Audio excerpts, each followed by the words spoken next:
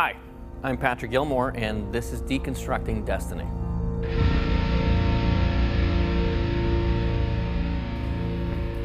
I'm here in the gate room, and we thought it'd be a cool idea to deconstruct Destiny a little bit, get a little more information from the powers that be as to how she works and some of the things that make her cool. I think a good place to start is how Destiny gets her power. This is what Destiny intended from the moment it entered the star system. Telling me you flew into the sun on purpose? Yes. Why? When Robert first pitched the idea of a ship that had been flying for thousands, if not hundreds of thousands of years, if not a million years, I'm the science guy between the two of us, and I was going, how does this happen?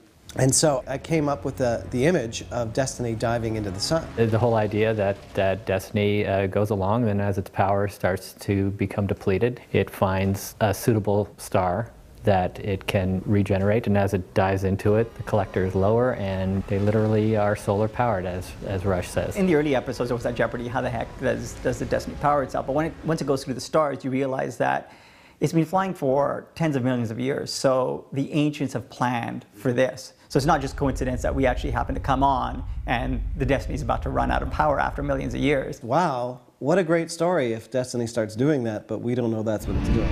You're telling me this ship... The ship is powered by the stars themselves. Solar powered, quite literally.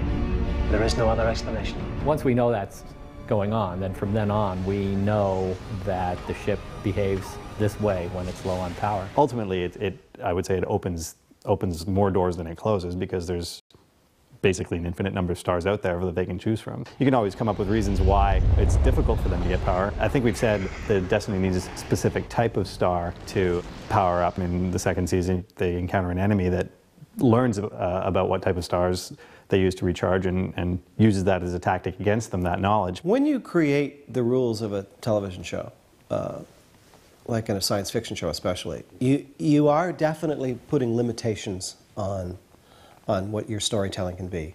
But those limitations become sources of story. The rules of how a Stargate works have always been a great source of story. The rules of how Destiny gets its power has spawned several stories. In the episode Earth, early in season 1, well, wait a minute, why don't we dial while we're in the star? Because Destiny herself does not have enough power anymore, because like a NiCad battery, it can't recharge to full anymore.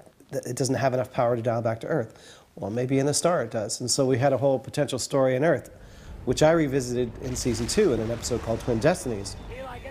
Eli thinks he's finally figured it out and created a whole bunch of story for us. And so rules and limitations create story.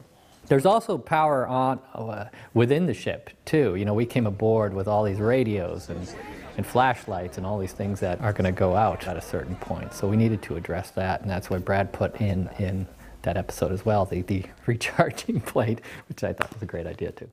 That's pretty cool.